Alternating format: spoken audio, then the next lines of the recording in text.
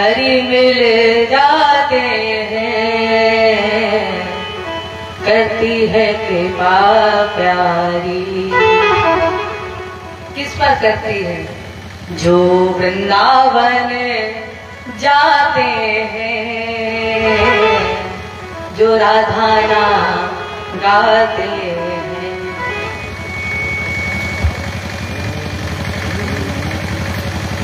भागवत जी की कथा, इसे जितना मन हो उतना पियो, जब तक मन हो तब तक पियो, क्योंकि ये भागवत कथा आप जितनी बार भी सुनोगे, आपको हर बार सुनकर एक नया रस मिलेगा। हर बार जब भी आप कथा सुनोगे तो हर बार एक ना एक नई बातें आपको निकल कर दी जाएगी। इसलिए प्यारे भगवान वादरायण अन्य चामुनिया सूत परावर विदो विदो। बहुत सुंदर चर्चा की, लेकिन हमारी स्थिति कैसे हो गई है? हमारी स्थिति एकदम विषम हो गई है। पूछा क्या हुआ महाराज जी? महाराज जी ने कहा हमारी स्थिति ऐसे हो गई है जैसे जेब का थका हुआ व्यक्ति पथिक, आपने उसे जल दिया और आधा ग्लास दिया, उसका मन ना भरा। उसी प्रकार आपने जो मुझे ज्ञान दिया है राजन, इस ज्ञान से हमारे मन में और जिज्ञासा पैदा हो गई है। इसलिए महाराज जी मेरे दो प्रश्न हैं। महाराज जी ये बताइए, देखो वैसे भी जब भी आपको भागवत जी की कथा सुनने का गौरव प्राप्त हो, आप इससे भागिए हैं, क्योंकि ये कथा हर किसी को सुनने को नहीं मिलती है। इसलिए जब भी मौका मिले आप कथा को सुने, क्योंकि ये कथा हमें भाग्यवश मिलती है, और जब भाग्यवश मिलती है तो फिर इसको सुने, भाग्य मत। महाराज जी मेरे दो प्रश्न हैं। पहला प्रश्न ये है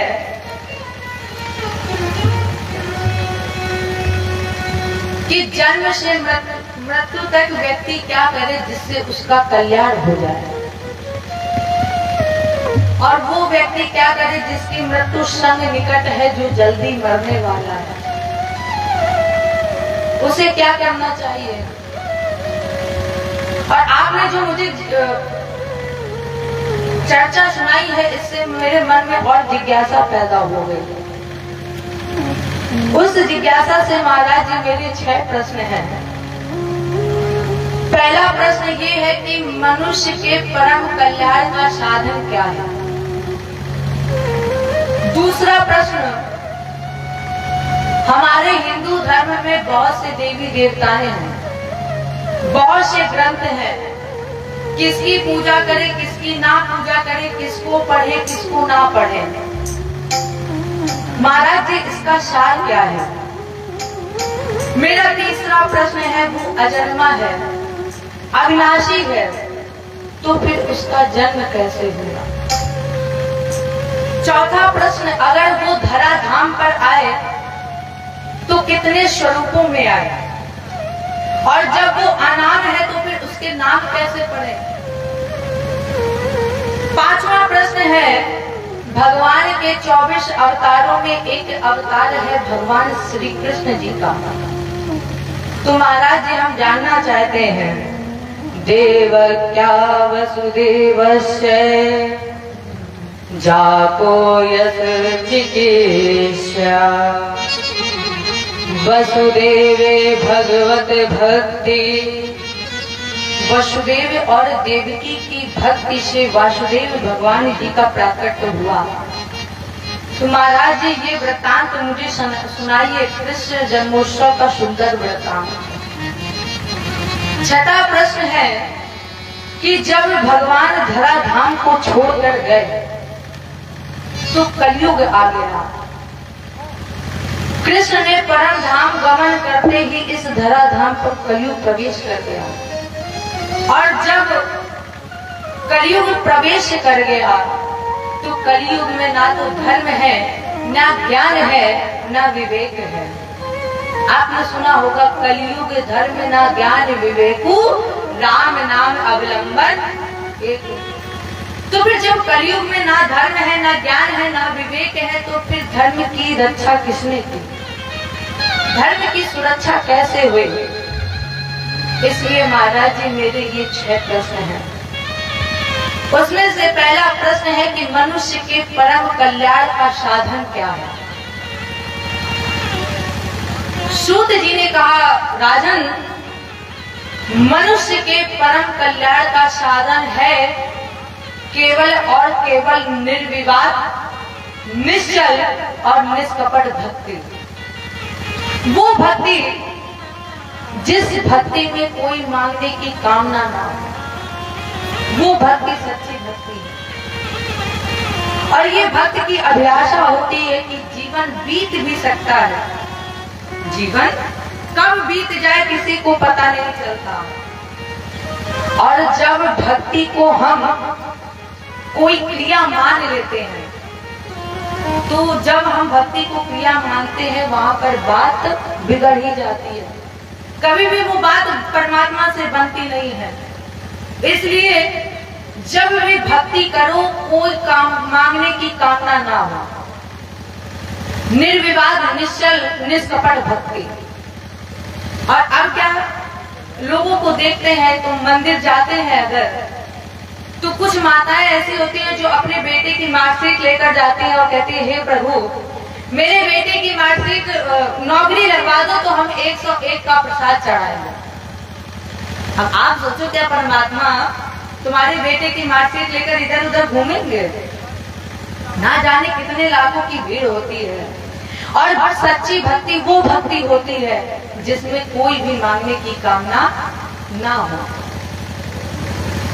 दूसरा प्रश्न है, हमारे हिंदू धर्म में बहुत से ग्रंथ हैं, बहुत से देवी देवताएं हैं।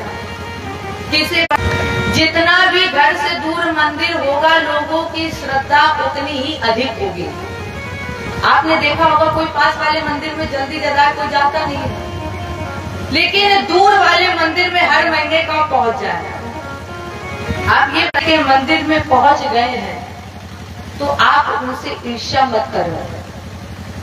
शंकर जी की भोले बाबा की पूजा करो और विनम्रता से कहो, हे भोले बाबा, पहले मैं 10 बार राम जी का नाम लेता था, लेकिन कुछ अव्यवस्थाओं के कारण मैं राम जी के पास नहीं पहुंच पाया, इसलिए आपके पास आया हूं। वो अजन्मा है तो फिर जन्मा कैसे? तो सबसे पहले बाबा ने इस प्रश्न का उत्तर दिया है और उन्होंने लिखा है क्या? परम स्वतंत्र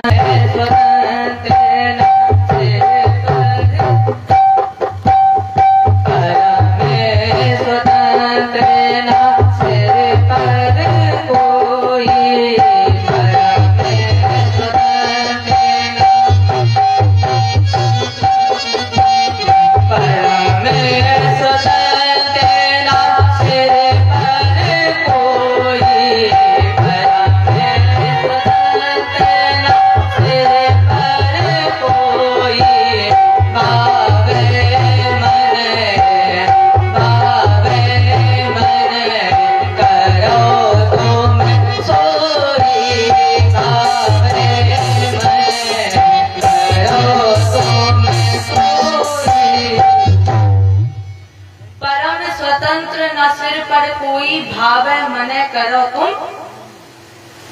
परम स्वतंत्र परम सत्ता है और परम सत्ता होने के कारण उसे कभी भी किसी की आदेश की आवश्यकता नहीं है।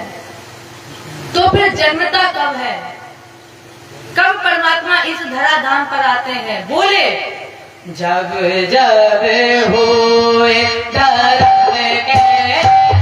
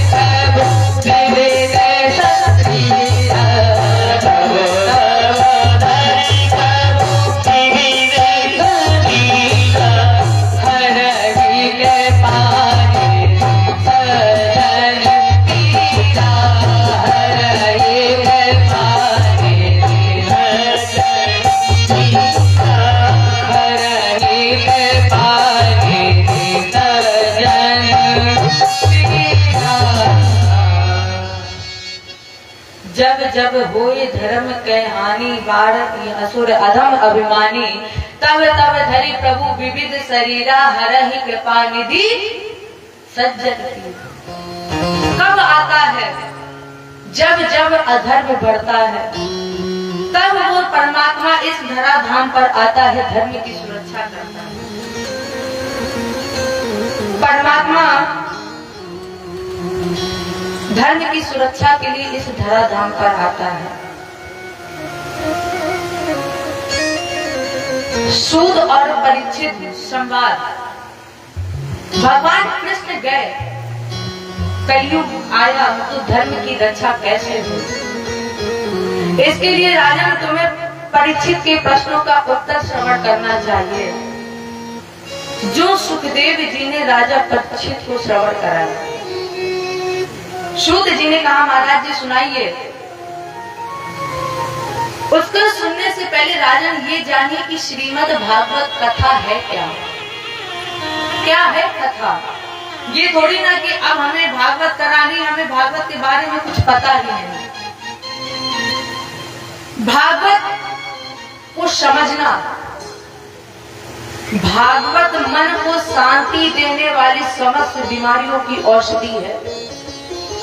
आप जब तक यहाँ पर बैठे हो, आपको बीमारी छू ही नहीं सकती है, नहीं छू सकती।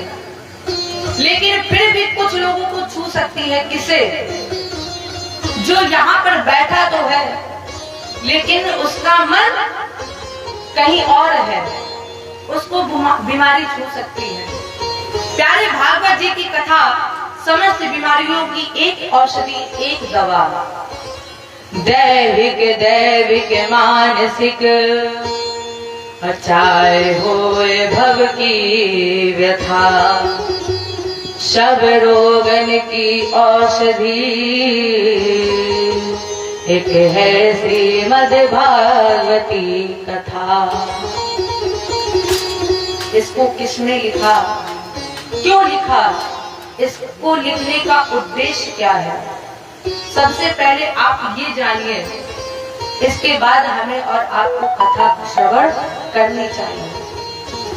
क्योंकि बिन जाने न हुए प्रतीत, और बिन प्रतीत हुए नहीं प्रीति।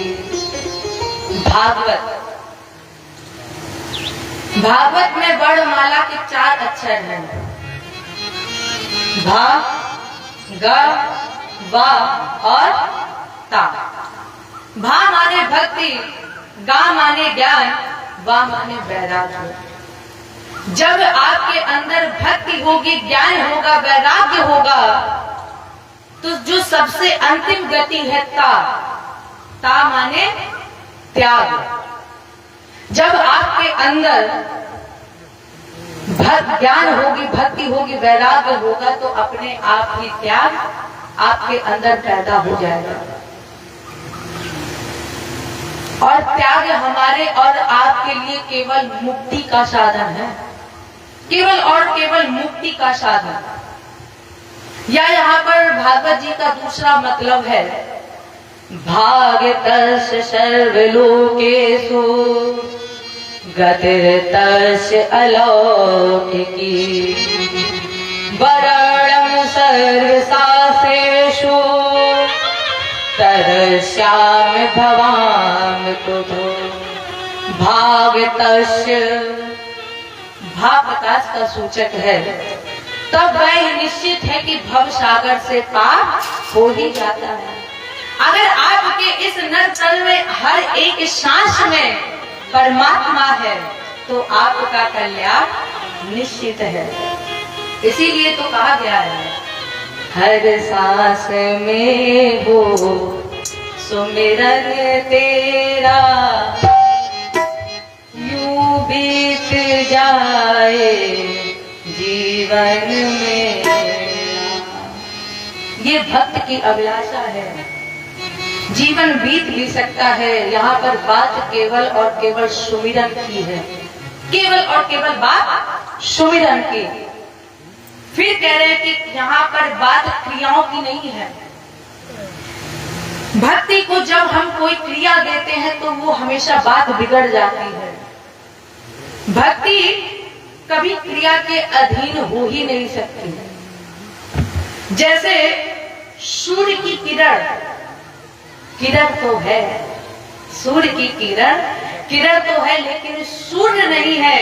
उसी प्रकार वैसे ही जितने भी साधन है, तप है, उपासना है, वो भक्ति की किरण, लेकिन वो असल में भक्ति नहीं है।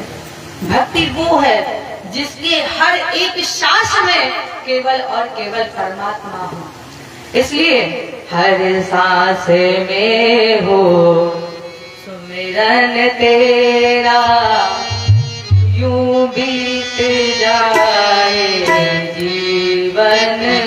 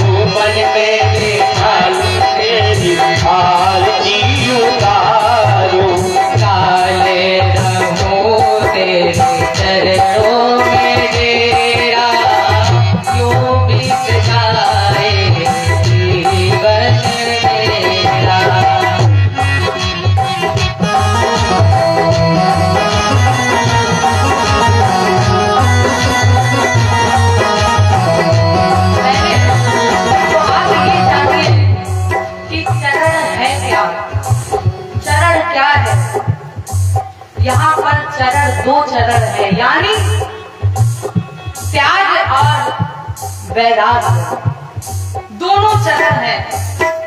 उसके जीवन में त्याग आ जाए और मन में वैराग्य आ जाए तो समझ लेना प्यारे, हम सदैव उसके चरणों में हैं। ये कहीं बाहर के चरण नहीं है कि हम मंदिर में जाकर चरणों में लूट जाए, वो चरण नहीं। कौन सा चरण है?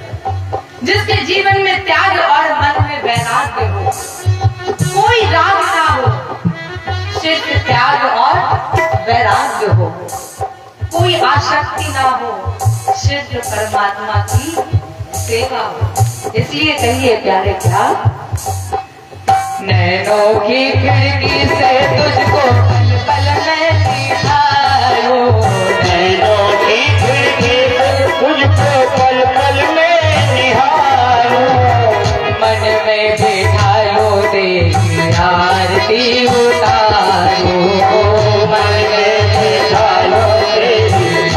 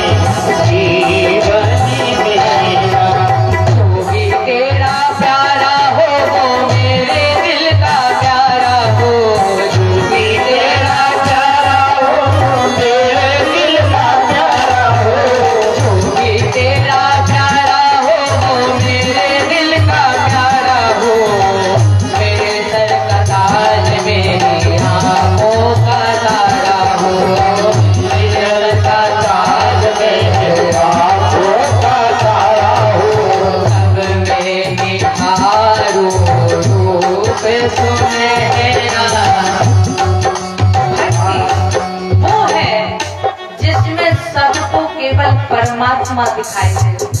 परमात्मा के अलावा और कोई ना सच्ची भक्ति वो है। इसलिए कहिए प्यारे क्या,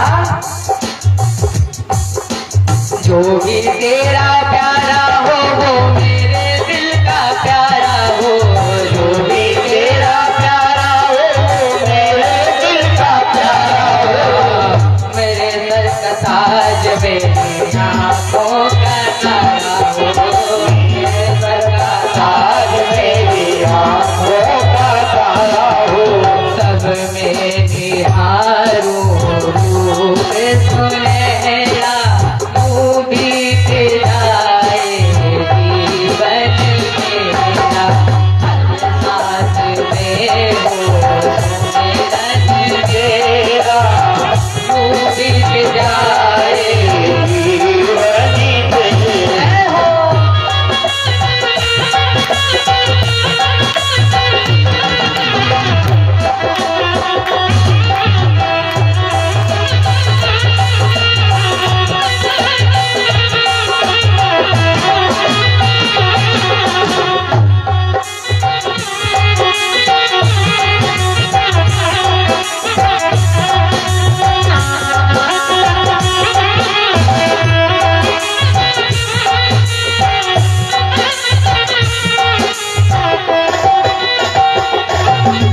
प्यार हो सत्कार हो एतबार हो तुम्हारा, प्यार हो सत्कार हो एतबार हो तुम्हारा, प्यार हो सत्कार हो एतबार हो तुम्हारा, प्यार हो सत्कार हो एतबार हो तुम्हारा, सुख भी हो सारे और यादों सारा, सुख भी हो सारे और याद तुम्हारा, वो आत्मा पर मेरा ही तेरा, वो आत्मा पर तेरा ही तेरा, जो बीत जाए जीवन मेरा,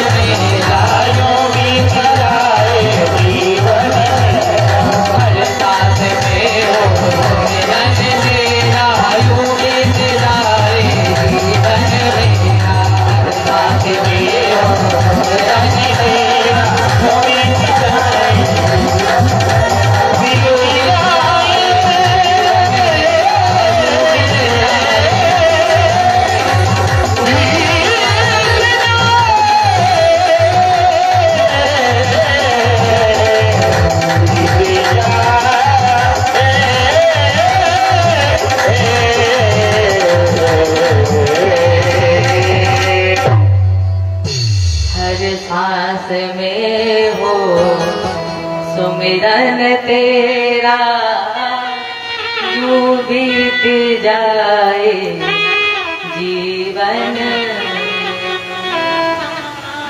भागवत जिसका लेखन वेद व्यास जी ने द्वापर युग के तृतीय चरण में शांत्याश नाम के आश्रम पर देवर्षि नारद जी की प्रेरणा से किया और इन्होंने अपने पुत्र सुखदेव जी को इस कथा को श्रवण कराया। कब सुखदेव जी ने ये कथा राजा परीक्षित को सुनाई। कब सुनाई? यदा मदे कौरव संजयानाम् अवीरे स्वतो वीरगतं गतेषु ब्रकोदराभिगदा विमर्शै मगरोरुदण्डे धृतराष्ट्रपुत्रे। सुखदेव जी ने राजा परीक्षित को कब कथा सुनाई? जिस समय महाभारत का युद्ध हुआ और महाभारत के युद्ध में महाबली भीम ने अपनी गदा से दुर्योधन की दाहिनी जंगा तोड़ दी। देखो महाभारत की कथा, जब जब राजन क्रांति होती है वहां पर परिणाम हमेशा शांति से होता है। महाभारत की कथा दो भाइयों का विवाद है, दो भाइयों का ही तो विवाद है। और जब दानी जंगा टूट गई, यहीं पर ही महाभारत के युद्ध का विश्राम हो गया। दुर्योधन के मित्र थे अश्वत्थामा। अश्वत्थामा को जब पता चला तो अश्वत्थामा ने प्रतिज्ञा कर ली कि जब तक हम पांचों पांडवों को मार नहीं देंगे, जब तक हम भीम का सर आपके सामने नहीं ला देते, तब तक हम शांति से बैठेंगे नहीं। अब इसने प्रतिज्ञा कर ली, लेकिन अश्वत्थामा भूल गया था। तो जब भी कोई भी अनिष्ट करने जाता है वो हमेशा परमात्मा को भूल जाता है, और जब वो कार्य उससे हो जाता है तब वो फिर परमात्मा को याद करता है, ठाकुर जी मुझे क्षमा कर दो। अश्वत्थामा भूल गया। जाको रागे साइया मार सकेला कोए, बाल नवा का कर सके चाहे सब जग गैरी। यहाँ पर भगवान कृष्ण ने केवल अर्जुन के रथ को नहीं हाँका है, फिर भगवान कृष्ण ने अर्जुन के जीवन रूपी रथ को हाँका है। अब राजन जरा सोचिए, जिसकी जीवन रूपी की भाग दौड़ भगवान के हाथ में है, क्या उसका कोई भी बाल बाका बिगाड़ सकता है? भूल गया और प्रतिज्ञा कर ली। यहाँ पर भगवान कृष्ण ने क्या किया? जहाँ पांचों पांडव लेटे थे वहां पर द्रौपदी के 5 पुत्रों को लिटा दिया। अश्वत्थामा आया और अश्वत्थामा ने 5 पुत्रों की हत्या कर दी। अश्वत्थामा सर लेकर गया और जैसे ही दुर्योधन ने सर को पकड़ा, दोनों हाथों से बीच से दबाया तो वो सर एकदम से टूट गया। दुर्योधन ने कहा, अरे अश्वत्थामा, ये तूने क्या कर दिया है? अरे भीम का सर कोई कद्दू थोड़ी ना है जो इतनी आसानी से टूट जाए। अरे अश्वत्थामा, तुमने तो अनिष्ट कर दिया है। और जैसे ही अश्वत्थामा को पता चला तो अब अश्वत्थामा पश्चाताप की अग्नि में भाग रहा है। इधर सुबह जब द्रौपदी ने देखा जाकर, जरा राजा सोचिए, जिसके सामने 5 पुत्र मरे पड़े हों उस मां पर क्या बीती होगी। द्रौपदी ने कहा, अरे ब्रह्मा, अगर तुम्हें मुझसे 5 पुत्रों को छीनना ही था तो फिर मुझे ये 5 पुत्र दिए ही क्यों थे? माता शिशूनाम निधनम सुदानाम अनिशम्य घोरम परितव्यमान। जैसे ही सूर्योदय हुआ द्रौपदी अपने शिविर पर गई। द्रौपदी ने देखा कि 5 पुत्र ऐसे पड़े हुए हैं तो आवाज लगाई, अरे ब्रह्मा, ध्यान रखना, माता के पहले लाल मरे, ये नियम न मैं चलने दूंगी। अबूढ़ों के पहले बच्चों की किस तरह चिता जलने दूंगी। ये द्रौपदी जीवित है और द्रौपदी के 5 पुत्र मर जाए, ये नियम नहीं चलने देंगे। इधर भगवान कृष्ण अर्जुन का हाथ पकड़े हुए मुस्कुराते हुए आ रहे थे। भगवान कृष्ण ने पूछा, बहन क्या हुआ है, क्यों रो रही हो? द्रौपदी ने कहा, कन्हैया भैया आपको कुछ बताने की जरूरत नहीं है, आप तो स्वयं सब जानते हैं और फिर भी आप जानना चाहते हैं।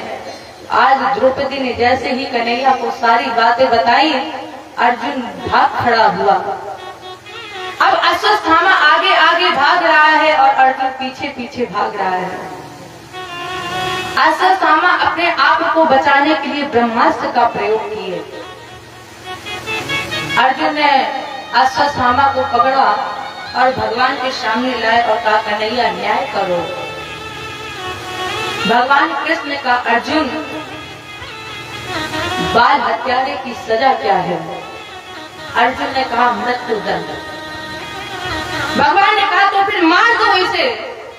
अर्जुन मार दो, लेकिन ये ब्राह्मण है। भगवान कह रहे हैं, अर्जुन ब्रह्म बंधुर हंतव्य आता ताही बदाहड़ा। आता ताई का वध कर देना चाहिए, लेकिन ब्राह्मण अवध है, इसे पूजिए, क्योंकि मानस में प्रमाण है, अगर ब्राह्मण का अनहित कर दिया जाए तो फिर उसका वंश नहीं चलता है, इसलिए ब्राह्मण को पूजिए। विप्रवंश की अश प्रभुताई और अभय होई जो इन्हीं दिवा।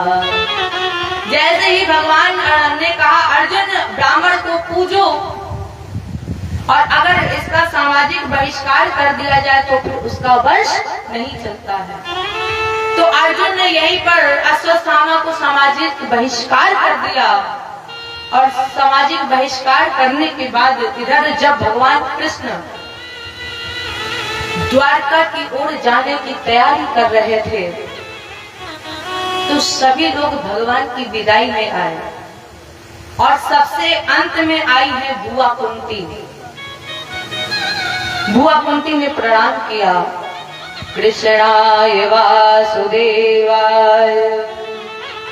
कुंती ने भगवान को प्रणाम किया और कहा, महाराज जी देवकी नंदनाय चा नंद गोप कुमाराय गोविंदाय नमो नमः। राजन, इस श्लोक में 32 अक्षर है। जो अभी श्लोक गाया, इस श्लोक में 32 अक्षर है और इस मंत्र का उच्चारण करने से 1 महीने के पाप नष्ट हो। 1 महीने के पाप नष्ट। और अगर आपको 32 ना याद हो, 32 ना उच्चारण कर पा रहे हो तो आप 16 का उच्चारण करो, और अगर आपको 16 भी ना याद हो तो 8। और हमें लगता है कि वो 8 अक्षर लगभग सबको याद होंगे। कौन सा? गोविंदाय नमो नमः, है सबको याद?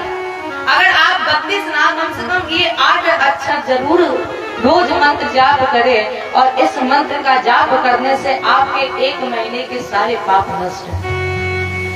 बुआ कुंती ने प्रणाम किया और प्रार्थना की, नमः पंकज नाभाय नमः पंकज मालिने और नमः पंकज नेत्राय नमस्ते पांकजाग्रहे। जैसे ही बुआ कुंती ने प्रार्थना की, भगवान प्रसन्न हो गए। कन्हैया ने कहा, बुआ मांगो, हम प्रसन्न हैं। तो कुंती ने कहा, ठाकुर जी कन्हैया आप मुझे दीजिए दुख।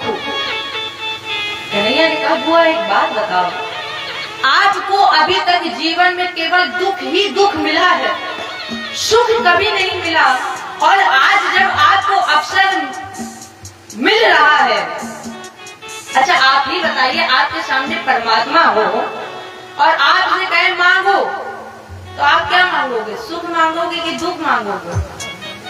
सुख मांगोगे। लेकिन बुआ कुंती ने कहा, ठाकुर जी मुझे दीजिए केवल और केवल दुख। कन्हैया ने पूछा क्यों, क्या अभी तक आपका मन दुखों से भरा नहीं? कुंती ने कहा कन्हैया, मैंने देखा है लोगों को जब आप उन्हें सुख दे देते हैं तो वो सुख में आपको भूल जाते हैं। कन्हैया, अगर आप मुझे दुख रहेंगे, मेरे पास दुख रहेंगे, तो कन्हैया कम से कम दुख में तुम्हारी याद तो आती रहेगी। इसलिए कन्हैया देखो, सुख और दुख दोनों आपके ही हैं, लेकिन ठाकुर जी मुझे केवल और केवल दीजिए दुख, क्योंकि दुख भी तो तुम्हारे हैं और सुख भी तो तुम्हारे हैं। छोड़ू मैं किसे भगवन, दोनों तो तुम्हारे हैं। और ठाकुर जी, अगर सुख और दुख दोनों तुम्हारे हैं तो फिर सुख भी मुझे प्यारे हैं, सुख भी मुझे प्यारे हैं। छोड़ू मैं किसे भगवन, दोनों मुझे प्यारे हैं। इसलिए ठाकुर जी मुझे केवल और केवल दीजिए दुख। संसार है एक नदिया, इस संसार में केवल दो किनारे हैं, एक किनारा है सुख का तो दूसरा किनारा है दुख का। प्यारे, ये निश्चित है कि आपके जीवन में अगर दुख है तो फिर सुख आएगा ही, और अगर सुख है तो एक ना एक दिन दुख आएगा। और अगर दुख भी मिले तो परमात्मा से कहो मुझे सुख दो, और सुख मिले तो भी कहो परमात्मा से कि मुझे दुख दो, क्योंकि दोनों में तुम्हारी याद है। दो किनारे, संसार है एक नदिया, सुख दुख दो किनारे हैं, और ना जाने कहाँ जाए हम बहते धारे।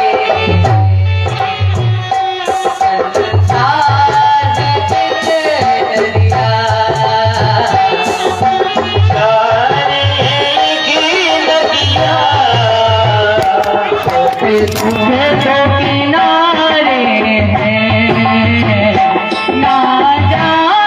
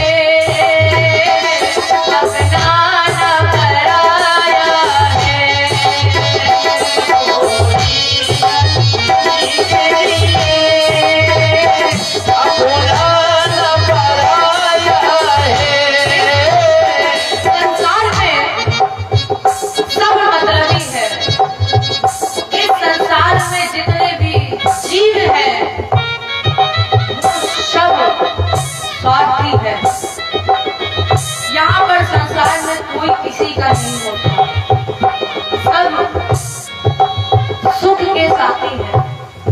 जब तक आपके पास पैसा है तब तक तो लोग आपके पास है, और जैसे ही आपके पास से पैसा गया तो सबसे पहले अपने ही आपसे दूर हो जाते हैं। इसलिए इस संसार में कोई किसी का साथी नहीं है, कोई अपना नहीं है। अपना कोई केवल है तो वो ठाकुर जी है। और कहिए प्यारे प्यार, कोई भी किसी के लिए अपना न पराया है, कोई किसी के लिए अपना न पराया है। इनके उजाले में हर आदमी साया है, हर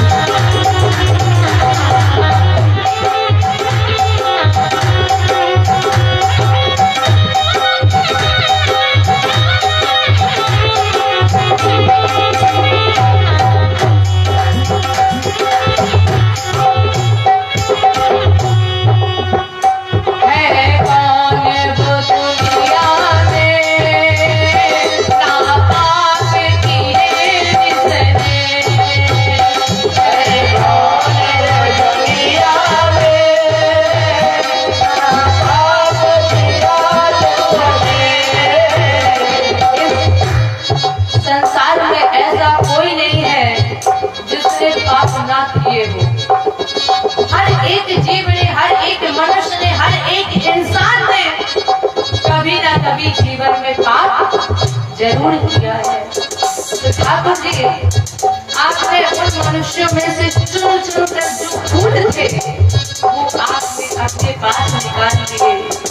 यहाँ पर आपने कांटे छोड़ दिए थे। ठाकुर जी, आप मुझे भी अपनी चरण दीजिए, मुझे भी वो फूल बनाइए जिससे मैं वो फूल बनकर आपके चक्रों में समर्पित हो जाऊंगी। क्या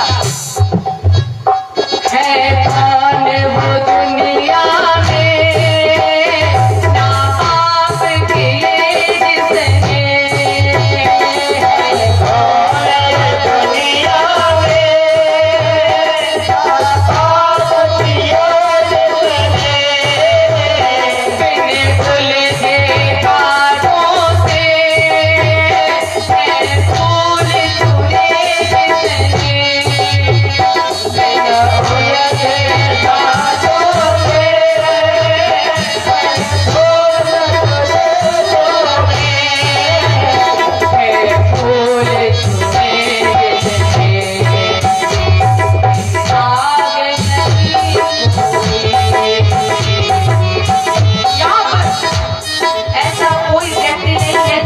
दाग ना लगा हो। हर एक व्यक्ति पर दाग लगा हुआ है। सबसे ज्यादा उस पर दाग लगता है जो परमात्मा की शरण पर आता है। लेकिन यहाँ के संसार के आदि विषय लोग उन पर दाग लगा देते हैं। बेदाग नहीं कोई यहाँ पापी सारे हैं, ना जाने कहाँ जाए।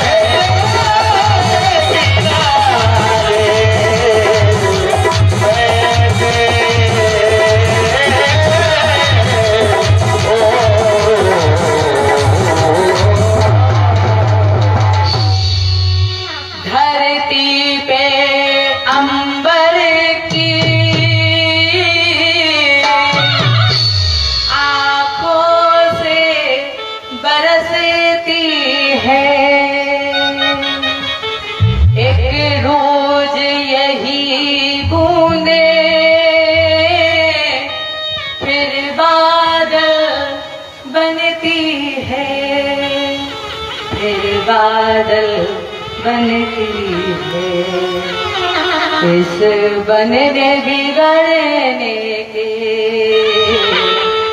दस्तूर भी जाने हैं, और ना जाने कहाँ जाए हम बहते धारे हैं। कोई कन्हैया को जाने ही नहीं देना चाहता। आपके सामने भगवान आए हैं, क्या आप उन्हें अपने से दूर करना चाहोगे? यही तो सोचोगे कि जितना ज्यादा से ज्यादा हो परमात्मा मेरे पास रहे। कभी बुआ कुंती रोक रही है, कभी बहन द्रौपदी, कभी बहन सुभद्रा रोक रही है।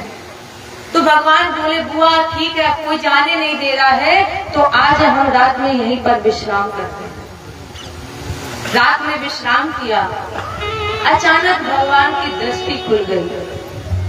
भगवान शिविर से बाहर आए और शिविर के बाहर आते ही भगवान ने देखा सारे शिविर का दीपक बंद है, लेकिन एक शिविर में दीपक जल रहा था। जिज्ञासावश कन्हैया उस शिविर के पास गए तो देखा युधिष्ठिर उस दीपक के सामने बैठा रो रहा था। भगवान कृष्ण गए युधिष्ठिर के पास, युधिष्ठिर से कहा क्यों रो रहे हो, रोने का कारण क्या है? युधिष्ठिर एकदम से खड़ा हुआ कहा कन्हैया मुझे नहीं चाहिए राजपद, मुझे वो राजपद नहीं चाहिए जिस राजपद की वजह से भीष्म पितामह को बाणों की सेज पर लेटना पड़ा। कन्हैया मुझे नहीं चाहिए। यहाँ पर भगवान कृष्ण ने युधिष्ठिर को गीता का ज्ञान दिया। देखो दो जगह भगवान कृष्ण ने गीता का ज्ञान दिया है। एक बार गीता का ज्ञान दिया भगवान कृष्ण ने अर्जुन के सामने, और अब की भगवान कृष्ण ने युधिष्ठिर के सामने। लेकिन दोनों में अंतर क्या हुआ? जब भगवान कृष्ण ने अर्जुन को गीता का ज्ञान दिया तो उस गीता का ज्ञान अर्जुन को प्राप्त हुआ, लेकिन जैसे ही भगवान कृष्ण ने वही गीता का ज्ञान युधिष्ठिर को दिया तो युधिष्ठिर के कुछ पल्ले ही नहीं पड़ रहा। क्यों?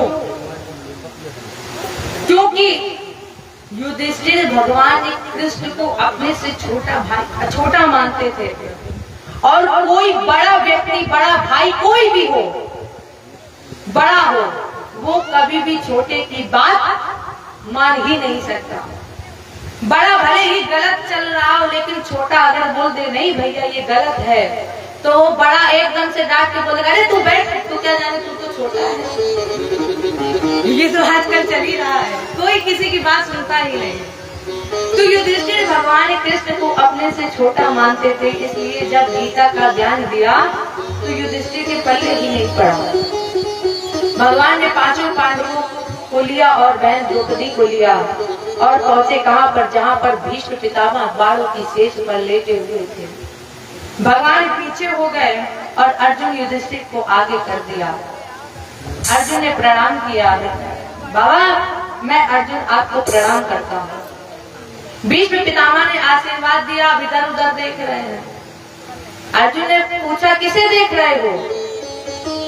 बाबा ने कहा वो नहीं आया। कौन? अरे वही चिमचोर।